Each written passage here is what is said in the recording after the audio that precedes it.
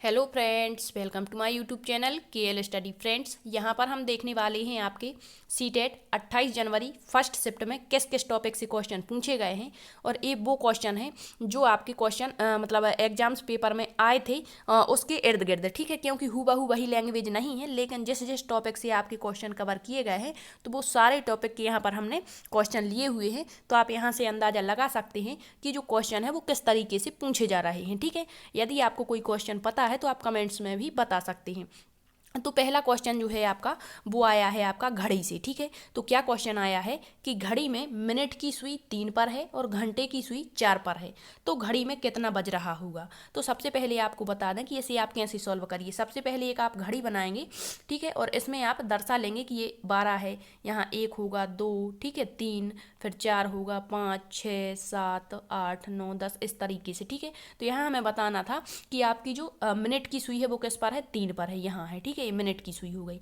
और फिर आपकी घंटे की सुई किस पर है, 4 पर है। तो बताना है कि घड़ी में कितना बज रहा है। तो जब घंटे की सुई 4 पर है और मिनट की सुई आपकी 3 पर है तो यहाँ पर कितना बजा होगा आपका, तो 5, 10, 15 मिनट हुए और 4 बज करके, ठीक है। तो इसका राइट आंसर हो जाएगा कि आपका जो घड़ी में टाइम हो रहा है वो कितना होगा, 4 बज करके 15 मिनट, ठीक है, इसका राइट आंसर। अब इसी तरीके से आपसे कुछ भी क्वेश्चन पूछ ले, कभी पूछ लेगा, यदि यही क्वेश्चन दे दिया और यहाँ बस आपका बदल देगा कि बताइए दोनों के बीच में कितने का कोण बनेगा, या दोनों के बीच में मतलब दोनों सुइयों के बीच में कितना अंतर है, कितने कोण का अंतर है, ठीक है। तो कुछ भी क्वेश्चन पूछ ले आपका यहाँ से ही क्वेश्चन बन रहा है एक, तो ये टॉपिक आप अच्छे से एक बार कवर कर लें, ठीक है। नेक्स्ट क्वेश्चन आपका पैटर्न से पूछा गया। क्या था क्वेश्चन, देखिए पहले दिया है कि 1 + 2 = 3 दिया है, ठीक है। फिर यहाँ पर आंसर क्या आ गया, 3। फिर इसी 3 को लिया है और एक अंक बढ़ा दिया, 3 + 4 = कितना आ गया, 7। फिर इस 7 का जो 7 आया है इसको लिया है, फिर एक अंक बढ़ा दिया, तो 7 + 8 = कितना हो गया आपका, यहाँ पर 15 दिया गया है। तो हमें बताना है कि यहाँ क्या आएगा कि 31 आंसर आना चाहिए। तो खाली जगह पर यहाँ ऑप्शन दिए हैं, तो यहाँ पर वो हर बार ये आंसर उठा रहे थे, तो 15, तो यहाँ 15 तो आएगा ही। अब 15 में हम कितना जोड़ दें कि 31 आ जाए, तो 15 में जब हम 16 जोड़ देंगे तो 31 आ जाएगा। तो ये खाली जगह जो है इसको भरना था, तो यहाँ पर क्या आ जाएगा आपका 15 + 16, ठीक है। तो इसका राइट आंसर ऑप्शन ए हो जाएगा। तो आपका पैटर्न से हर शिफ्ट में 1 से 2 क्वेश्चन पूछा जा रहा है, ठीक है। नेक्स्ट है आपका दिया है 2 अंकों वाली संख्या के दोनों अंकों का योग कितना है, 7 है। तो हम क्वेश्चन को पढ़ते जाएंगे और ऑप्शन देखते जाएंगे। यदि संख्या में 27 जोड़ दिया जाए तो अंकों का क्रम उलट जाता है, वह संख्या बताइए। तो हम एक एक ऑप्शन को लेंगे। सबसे पहले हम 25 को लेते हैं, ठीक है। तो क्या कहा है इन्होंने कि दोनों अंकों का योग 7 होना चाहिए। क्या 7 है दोनों अंकों का योग, तो 25 को लेंगे यदि हम, तो इसका अंक 2 + 5 = हमारा कितना हो जाएगा, 7 हो जाएगा, ठीक है। अब इसमें हम 27 जोड़ेंगे, किसमें, जो संख्या का योग 7 है। तो इसमें हम 25 में यदि हम 27 जोड़ रहे हैं तो कितना 27 जोड़ दिया जाए तो अंकों का क्रम उलट जाता है, मतलब ये जो 25 है इसका क्रम उलटना चाहिए, मतलब 52 होना चाहिए। तो क्या इनका योग हमारा 52 आ रहा है। 7, 5, 12 की 2 हो जाएगी और यहाँ पर 2, 2, 4 और 1, 5, बिल्कुल सही। इसका राइट आंसर आपका 25 हो जाएगा, ठीक है।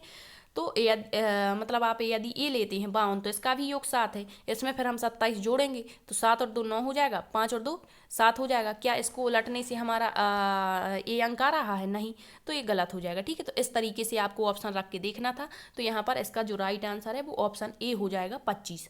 नेक्स्ट क्वेश्चन दिया है, यहाँ पर ये संख्याएं दी हैं और कहा है कि इन सभी संख्याओं में जो 5 के स्थानीय मान है इसका योगफल हमें बताना है। तो आपको बता दें स्थानीय मान और जातीय मान क्या कहलाते हैं। तो स्थानीय मान आपके चेंज हो जाते हैं, जबकि जातीय मान किसी भी संख्या का वही रहता है। तो स्थानीय मान पूछा है, अर्थात यहाँ पर 5 का स्थानीय मान कितना हो जाएगा, तो यहाँ पर 5 का स्थानीय मान हो जाएगा आपका 50। फिर यहाँ पर कितना होगा, तो यहाँ पर हो जाएगा 500। फिर अगले नंबर में कितना होगा, तो यहाँ पर 5 का स्थानीय मान हो जाएगा 5000, ठीक है। अब इसको हमें योग करके बताना है कि टोटल योग क्या आएगा। तो इसका 0 हो गया, यहाँ 5 हो जाएगा, 5 और 5, मतलब ऐसा जहाँ भी आंसर में दिया गया है वो आपका राइट आंसर है। तो इसका जो राइट आंसर हो जाएगा आपका ऑप्शन नंबर सी हो जाएगा, 55, 50। नेक्स्ट क्वेश्चन पूछा सबसे छोटी अभाज्य संख्या क्या है। तो यहाँ पर क्वेश्चन केवल ये पूछा है कि सबसे छोटी अभाज्य संख्या। तो आपको बताया था अभाज्य संख्याएं क्या कहलाती हैं, तो इसका राइट आंसर हो जाएगा ऑप्शन नंबर ए, 2। अभाज्य संख्याएं वे संख्याएं कहलाती हैं जिसमें स्वयं का और 1 का भाग जाता है, वो अभाज्य संख्याएं होती हैं, ठीक है। तो इसका राइट आंसर आपका, और यदि ये भी पूछ ले कि सबसे छोटी सम अभाज्य संख्या कौन सी है, तो वो भी आपकी 2 ही हो जाएगी। नेक्स्ट क्वेश्चन, वर्ग में कितनी सममित रेखाएं होती हैं। तो सममित रेखाएं क्या कहलाती हैं कि किसी भी आकृति को यदि हम काट हैं तो दूसरी तरफ ढक लेना चाहिए, ठीक है। तो ये वर्ग है, जिसकी चारों भुजाएं बराबर होती हैं वो वर्ग होता है। तो इसमें कितनी सममित रेखाएं हम खींच सकते हैं? तो ये खींच सकते हैं, क्योंकि यदि हम इसे पलटते हैं तो ये इसको पूरा ढक लेगा, ये आकृति इसको पूरा ढक लेगी, ये इसको। तो एक तो ये हो गई, फिर एक इस तरफ से खींच सकते हैं तो 2 हो गई, ठीक है। इसके अलावा एक खींच सकते हैं तो 3 हो गई, और एक खींच सकते हैं तो 4।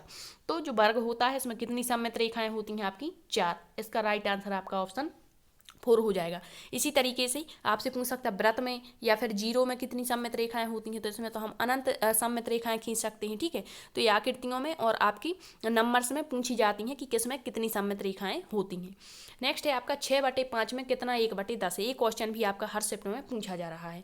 तो यहाँ हम लिखेंगे 6/5, ठीक है। इसमें कितना 1/10 है? तो ये गुणा में है। यदि हम इसकी अंकों को पलट दें तो ये आपका इस तरीके से हो जाएगा, ठीक है। अब इसको हम काट लेंगे तो 5 से 10 2 बार में गया, और 6 का 2 में गुणा कर देंगे तो कितना आ जाएगा? 12। तो 6/5 में कितना 1/10 है? 12। तो इसका राइट आंसर आपका ऑप्शन सी हो जाएगा, 12। नेक्स्ट क्वेश्चन है बेन हीले का जो ज्यामितीय चिंतन है, इससे आपका क्रम पूछा गया है कि इसका सही क्रम क्या होगा। तो आपको कई बार बताया है, सबसे पहले इनका जो होता है मानसिक चित्रण आता है। तो ये तो 3 ऑप्शनों में दिया गया है, तो यहाँ से एक ऑप्शन तो अपने आप कट जाता है। अब देखना है दूसरे स्तर पर क्या आता है, तो इनका विश्लेषण स्तर आता है। तो ये दिया गया है यहाँ पर, तो बिल्कुल अब आपको कुछ देखना ही नहीं। राइट आंसर आपका ऑप्शन डी हो जाएगा। पहला होता है इनका मानसिक चित्रण, दूसरा इनका होता है स्तर विश्लेषण स्तर, तीसरा होता है अनौपचारिक स्तर, और चौथा होता है औपचारिक स्तर। अब इसकी विशेषताएं पूछ लेते हैं कि बताइए एक बालक जो है वो आकृतियों को दिखावट के आधार पर पहचान रहा है, तो वो इनके किस स्तर में होगा? तो जब केवल दिखावट की बात करते हैं तो मानसिक चित्रण, जब गुणों के आधार पर वस्तुओं को वर्णित वर्गीकृत करता है तो विश्लेषण स्तर, जब प्रूफ नहीं कर पाता है तो वो होता है अनौपचारिक स्तर, और जब प्रूफ कर लेता है और संबंध भी बना लेता है तो वो इनका लास्ट स्तर होता है औपचारिक स्तर। तो बेन हीले थ्योरी को आप एक बार अच्छे से कवर कर लें, क्योंकि यहाँ से हर शिफ्ट में आपका एक क्वेश्चन देखने को मिल रहा है, ठीक है। प्ले लिस्ट बनी हुई है, वहाँ पर आपकी बेन हीले का ज्यामितीय चिंतन हमने पढ़ाया हुआ है, आप देख सकते हैं। नेक्स्ट क्वेश्चन पूछ लिया कौन सी एक सम संख्या है। तो आपकी अभाज्य संख्याएं, सम संख्या, भिन्न, पैटर्न, इन टॉपिक से हर शिफ्ट में 2-2, 3-3 क्वेश्चन बन रहे हैं। यहाँ पर पूछ लिया कौन सी एक सम संख्या है। तो सम संख्या क्या कहलाती है? तो वे संख्याएं जिनमें जो 2 होता है उसका पूरा पूरा भाग चला जाए वो सम संख्याएं कहलाती हैं। जैसे आपका 2 हो गया, 4 हो गया, 6 हो गया, 8 हो गया, 10 हो गया। तो ऐसी क्या कोई संख्या यहाँ दी गई है जिसमें 2 का पूरा पूरा भाग चला जाए? तो नहीं, 9 में 2 का नहीं जाता पूरा पूरा भाग, ना तो 15 में जाता है और ना ही 21 में। तो इस कारण से इसका राइट आंसर हो जाएगा इनमें से कोई नहीं, ठीक है। नेक्स्ट क्वेश्चन पूछ लिया प्राथमिक स्तर पर गणित की अच्छी पाठ्य पुस्तक के लिए निम्नलिखित में से कौन सी विशेषता महत्वपूर्ण है। तो प्राथमिक स्तर पर गणित की पाठ्य पुस्तक कैसी होनी चाहिए जो बहुत ही सभी के लिए महत्वपूर्ण रहे? तो क्या उनमें केवल अभ्यास देने से अच्छी पाठ्य पुस्तक हो जाएगी? नहीं। रंगीन और आकर्षक, क्या रंगीन होगी तो अच्छी पाठ्य पुस्तक केवल देखने में अच्छी लगेगी, ठीक है।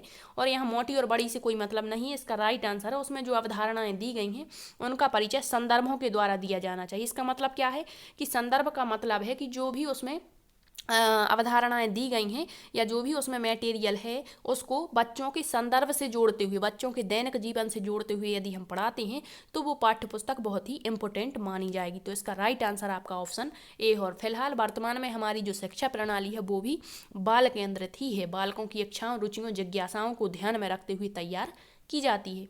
नेक्स्ट क्वेश्चन पूछा गया आपका, एक इस तरह का क्वेश्चन था, इसके ऑप्शन हमें करेक्ट पता नहीं है, लेकिन यहाँ पर दिया था कि एक बालक 25 की एक कॉपी लेता है, कितने रुपए की? 25 की। फिर 2.5 रुपये का एक केला खरीदता है, ठीक है, 2.5 रुपये का एक केला खरीदा उसने। फिर 12.5 रुपये का एक गिलास उसने जूस खरीदा, ठीक है, कितनी? 12.5 रुपये का। और 25 रुपये का उसने क्या खरीदा? खिलौना खरीदा। तो ये टोटल मिलाकर के कितने रुपये हो जाते हैं यहाँ पर? इतनी सारी उसने चीज़ें खरीदी हैं, तो ये टोटल जो चीज़ें हैं वो कितने की आएंगी? 75 की। अब उसके पास हैं केवल कितने रुपए? 50 रुपये। तो वो कितना सामान खरीद सकता है? तो यहाँ दिया है कॉपी और खिलौना, तो आपको यहाँ ध्यान रखना है टोटल चीज़ें आएंगी 75 की, उसके पास हैं टोटल 50 रुपये, ठीक है। तो कमी कितने की हो रही है? उसको 25 की। तो यहाँ पर अब हम देख लेते हैं टोटल चीज़ें आएंगी 75 की, हैं उसके पास 25 रुपये, 50 रुपये। तो यहाँ पर क्या खरीद सकता है वो? तो क्या कॉपी और खिलौने खरीद सकता है? तो यहाँ हम जोड़ लेंगे, 50 का ये आ जाएगा, कॉपी आ रही है 2.5 रुपये की और खिलौने आ रहे हैं कितने के? खिलौने आ रहे हैं 25 रुपये के। तो ये तो टोटल 27.5 रुपये हुए। इससे अतिरिक्त वो सामान और खरीद सकता है, तो ये आंसर नहीं होगा। फिर दिया है यहाँ कॉपी और जूस, तो कॉपी कितने की आ रही है? 2.5 रुपये की, और जूस कितने का आ रहा है यहाँ पर? कापी है, सॉरी 25 की आ रही है कापी, कितने की? 25 की, ठीक है। यहाँ खिलौना कितने का आएगा? 25, यहाँ 35 है, ठीक है। यहाँ 35 की कापी खरीदेगा, ये यहाँ मिस प्रिंट है, यहाँ 35 कर लेना, ठीक है। 35 एक कापी के, और खिलौने के कितने हैं यहाँ पर? 25 रुपये। तो क्या ये आपके 50 रुपये हुए? तो 5 5 10 हो जाएगा, 3 2 5, ये तो 60 है, उसके पास हैं तो केवल 50 रुपये, तो ये नहीं होगा ऑप्शन, ठीक है, ये गलत हो गया। फिर दिया है कापी और जूस, कापी कितने की? यहाँ 35 कर लेना आप, ठीक है, 35, और जूस कितने का आ रहा है यहाँ पर? 12.5 रुपये का, 12.5 रुपये का। तो इनको जोड़ेंगे, क्या 50 होगा? तो यहाँ पर 5 7 हो गया, 3 और 1 4, 47.5 हो रहे हैं। यहाँ पर वो और सामान भी खरीद सकता है, उसके पास हैं तो 50 रुपये, ठीक है, तो ये भी नहीं होगा, तो 2 ऑप्शन यहाँ कट गए। फिर दिया है जूस और केला, तो जूस कितने का है? 12.5 रुपये का, और केला कितने का है? 2.5 का, तो ये कितने हुए? 15 रुपये हो गए, ठीक है, तो ये भी नहीं होगा। फिर इसके बाद दिया है कापी, केला और जूस, तो कापी कितने की आ रही है? 35 रुपये की। केला कितने का आ रहा है यहाँ पर? केला आ रहा है 2.5 रुपये का। और आपका जो दिया है जूस, जूस कितने का? 12.5 का। तो ये दोनों इन तीनों को यदि आप जोड़ेंगे तो ये टोटल 50 रुपये होंगे, और उसके पास हैं भी कितने? 50 रुपये। तो इस कारण से वो क्या क्या चीज़ें खरीद सकता है यहाँ पर? कापी, केला और जूस, ठीक है। इनको यदि हम जोड़ते हैं तो ये 50 होगा, और उसके पास 50 रुपये हैं, तो अधिकतर चीज़ें बतानी थी कि वो क्या क्या खरीद सकता है, तो कापी, केला और जूस वो खरीद सकता है, ठीक है। यदि आपको कोई क्वेश्चन याद है तो आप कमेंट्स में ज़रूर बताएं, और आपको क्लास कैसी लगी है ये भी आप कमेंट्स में अपनी प्रतिक्रिया ज़रूर दें, ठीक है। Thank you.